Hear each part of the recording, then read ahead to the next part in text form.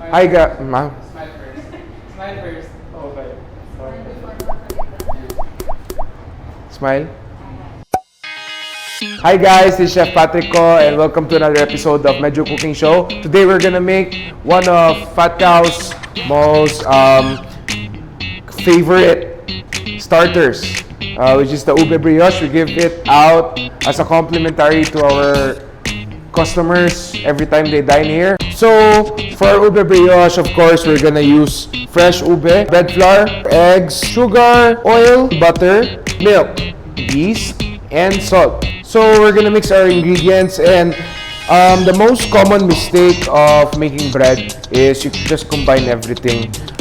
For me, you have to segregate dry, then combine the wet ingredients.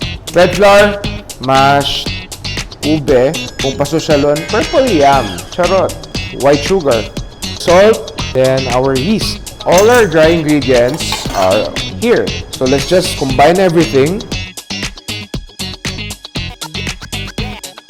So next we're gonna add our wet ingredients. We're gonna add our eggs.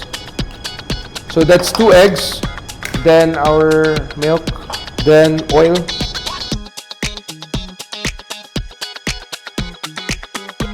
Right now it's tacky na, see? So we're gonna bench this with, we're gonna flour our bench, and we're gonna knead it. So ideally, if you're kneading bread at home, use a stainless steel surface or wood or marble. We'll let this rest. After 1 hour, it will double in size, double to triple in size. Then we're gonna proceed to portioning it to small loaves.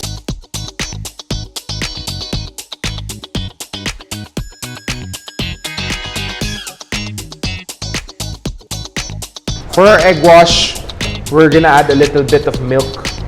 So this is another trick to make it a little more shinier. And of course, a little loose. Okay? Okay, so time to bake.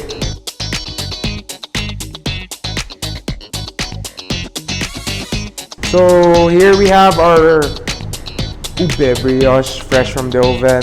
And of course, this is served at Fat Cow for free, complimentary when you dine here. And you can also buy it in this package form. So this is also available in our website. So thank you for watching, and till the next episode of Medyo Cooking Show. Bye!